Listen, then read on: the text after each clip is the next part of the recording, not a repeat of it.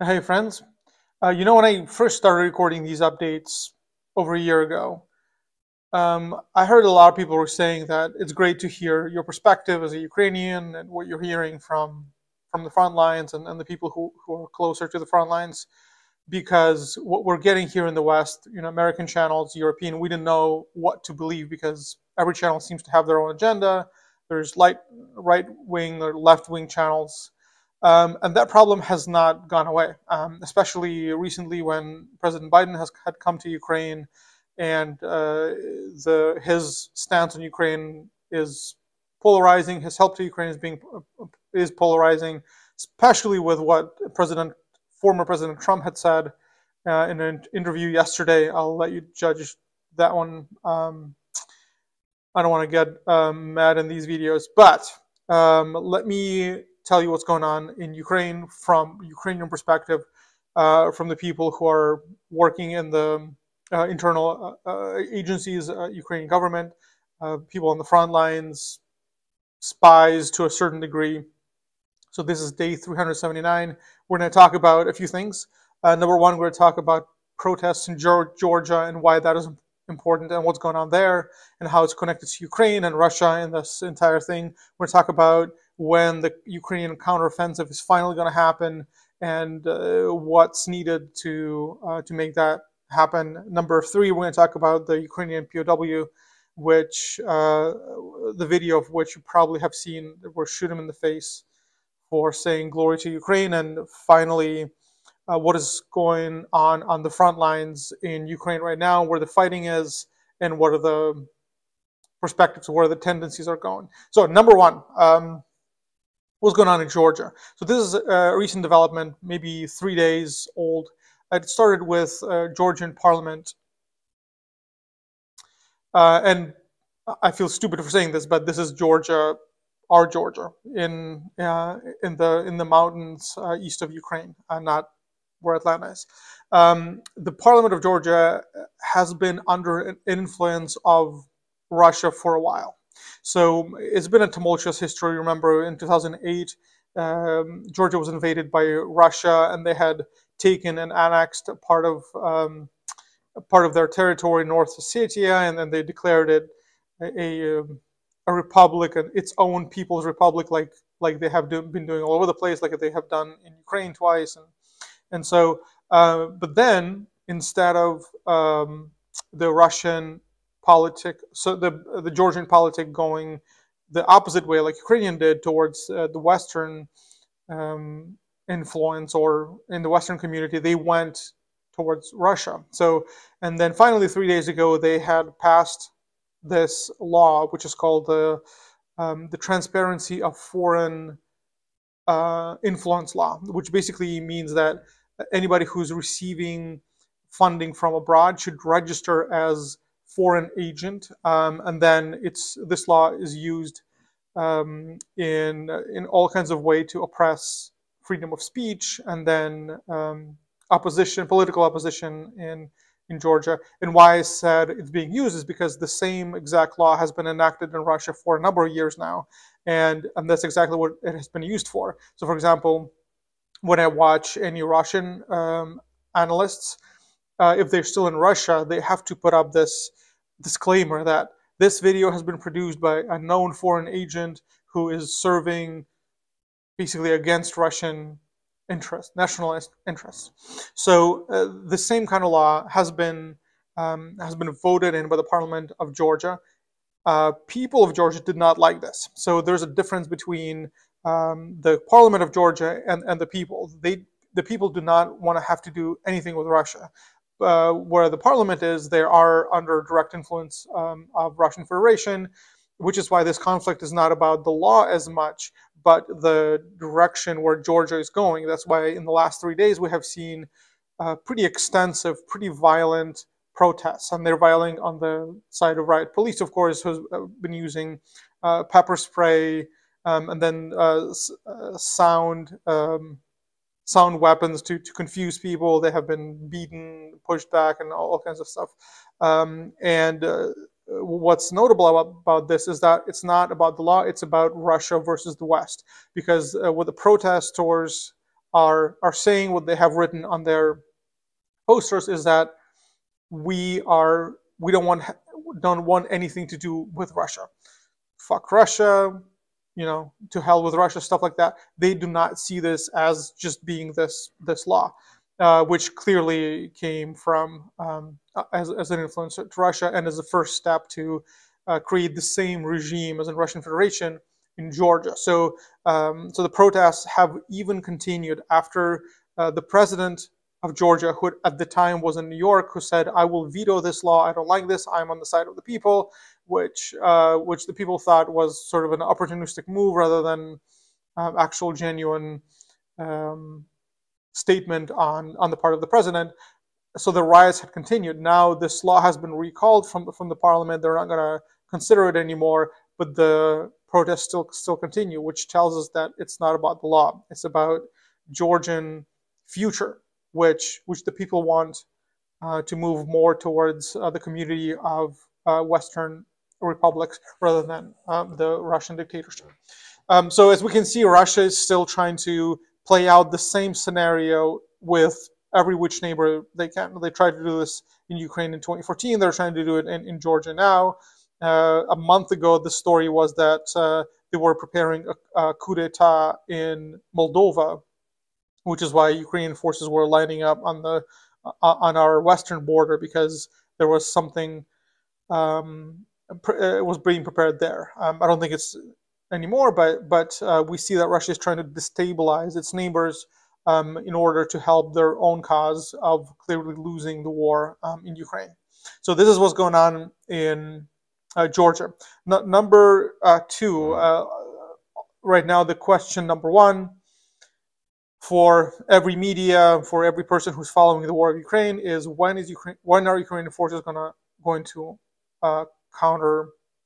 counterattack and start to take back territory. Remember, in the fall there were two rapid movements of Ukrainian forces in the north, in Kharkiv region, and in the south, Kherson.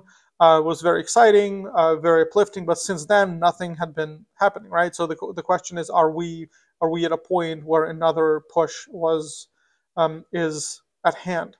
And it's not a secret that Ukrainian forces are preparing for a counterattack, but most analysts are saying that there needs to two conditions need to be met in order for Ukrainian forces to launch the attack. Number one is weather. So right now it's just the beginning of spring, and by the way, in Ukraine the spring begins March 1st, not March 21st, 22nd, like it's in America, for example. So we consider this to be spring.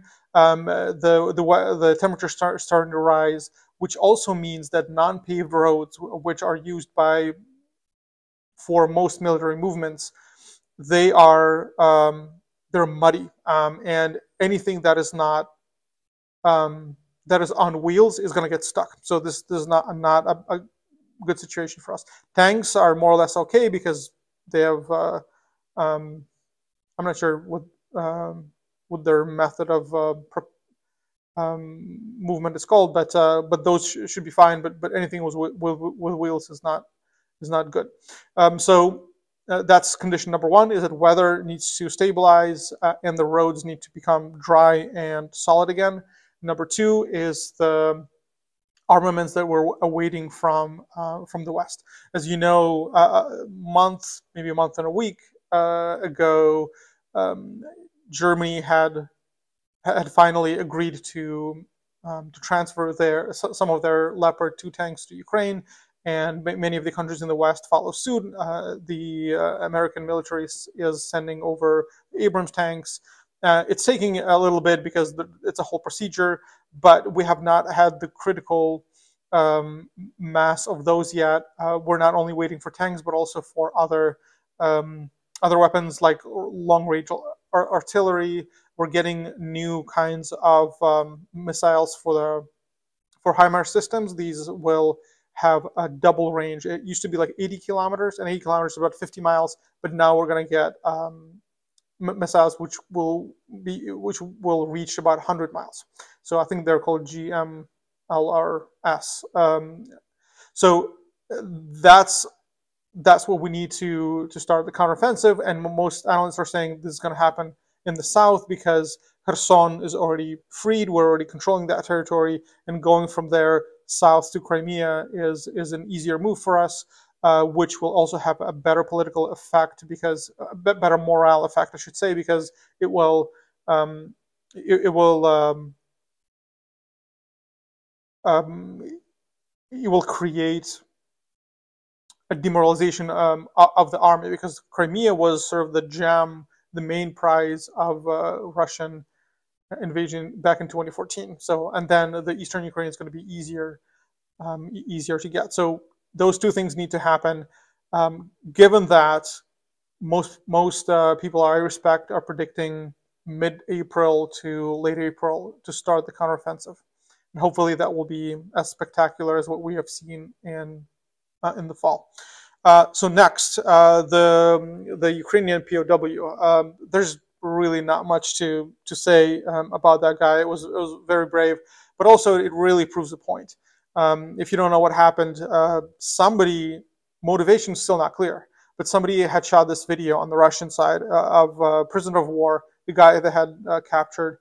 It's about like 10, 14 seconds video. They gave him, his last cigarette, and they kind of taunt him about, what are you going to do when, what are you going to say before your death? He says, "Glory to Ukraine," which is we all say, and this is a call and response for all Ukrainians right now. Is if I say "Glory to Ukraine," the response would be "Glory to the heroes." So, and that's what he said. Shot immediately from close range.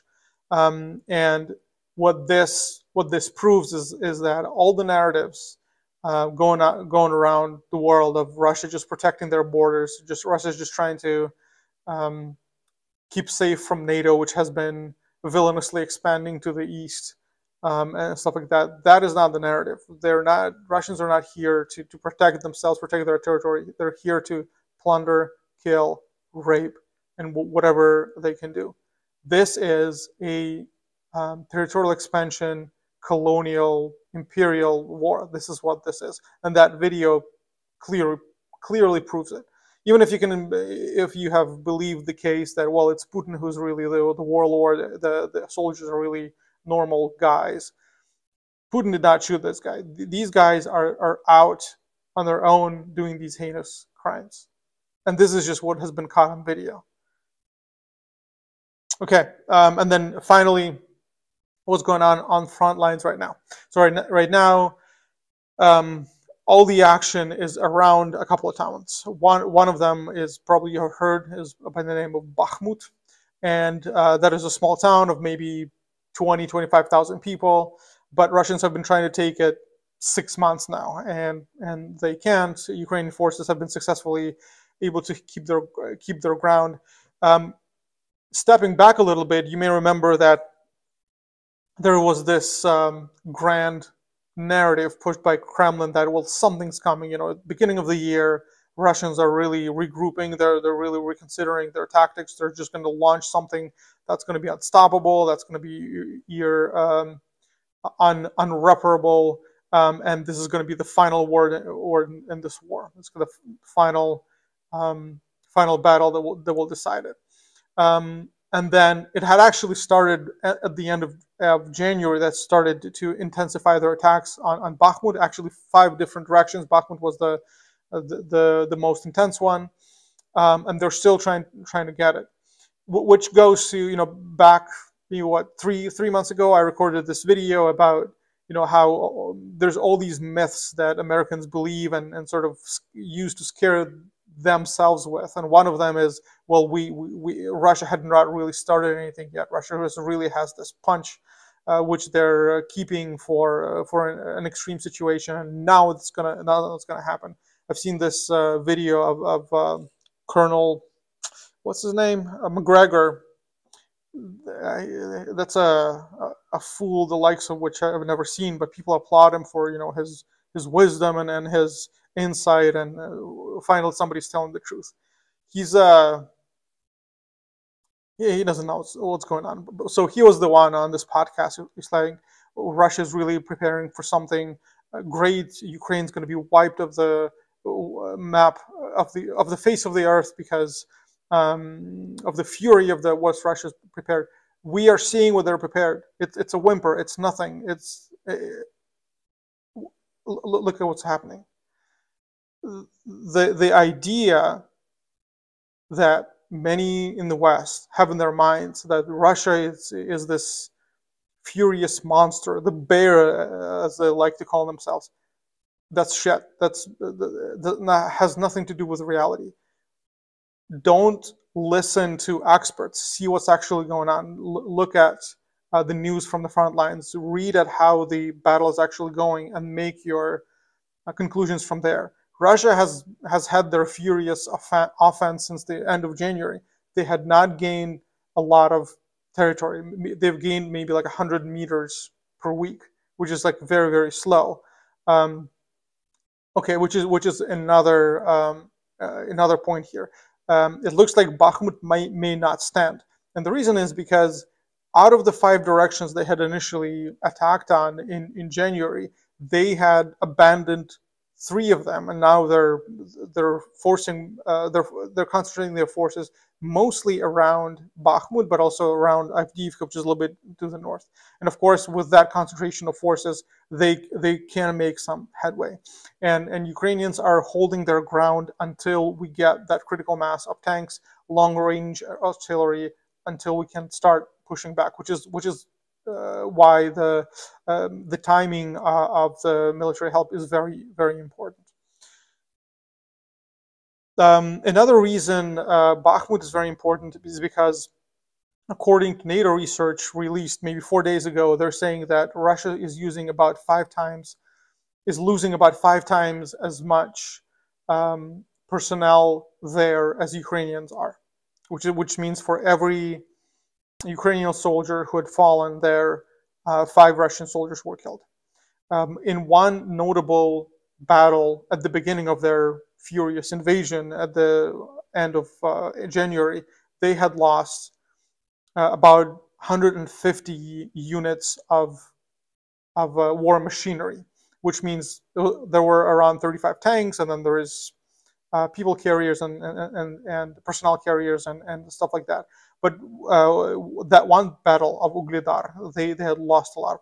In general, since the beginning of the second wave of the offense, they had lost 20 to 30,000 of personnel killed. And usually to estimate, you would say there's 20 to 30,000 killed, but there's twice or thrice as much more wounded, which means that 60, 70, 80,000 of Russian personnel is out of the battles for now. So they're losing a lot of their guys. There's a lot of the soldiers there, which is why Ukraine is still trying to hold that citadel, as they call it, Citadel Bakhmut, is because we are weakening the Russian army until we can start to push back. So that's where we are. There is no doubt. I'm so surprised. Still, once in a while, I meet people who are like, "Oh, in the beginning of the war, you were so sure that Ukraine was going to win. It didn't look like that. It looked like Russia was much stronger." Half of it, guys, half of that confidence that I had and many of my compatriots had is you have to know Russia. Russia is all show, and rarely do they have to actually can they actually show you something that they can do. It's all propaganda, it's all posturing, and nothing to back that up with.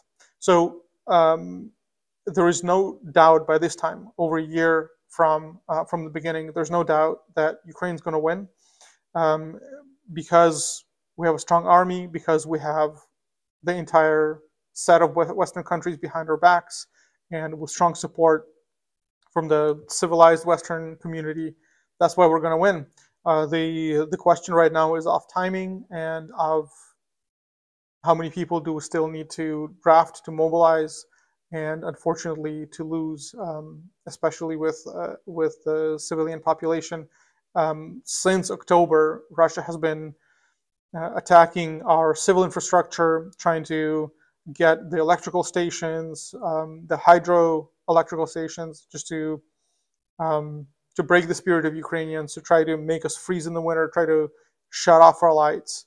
But nothing like that is going to happen, because that's not who Ukrainians are. Most of all, Ukrainians love freedom, and that's why we're going to persevere. So thank you for your support, and for your continued interest in what's going on. I know by now the opinion of people in the EU, in America, had actually split, whether we should try to still continue helping Ukraine financially, militarily, when we have our own problems. So there's problems here. But for those who do, I thank you, and then I hope, and I'm glad you understand why this is not just a Ukrainian problem. Russia is everybody's problem. So so helping us, we're helping each other. Thank you very much. Don't forget to share this video, because I'm not American media. I don't really have a political bias, left, right, whatever. The only bias I have is I want Ukraine to win, and I want that to happen sooner rather than later. Bye.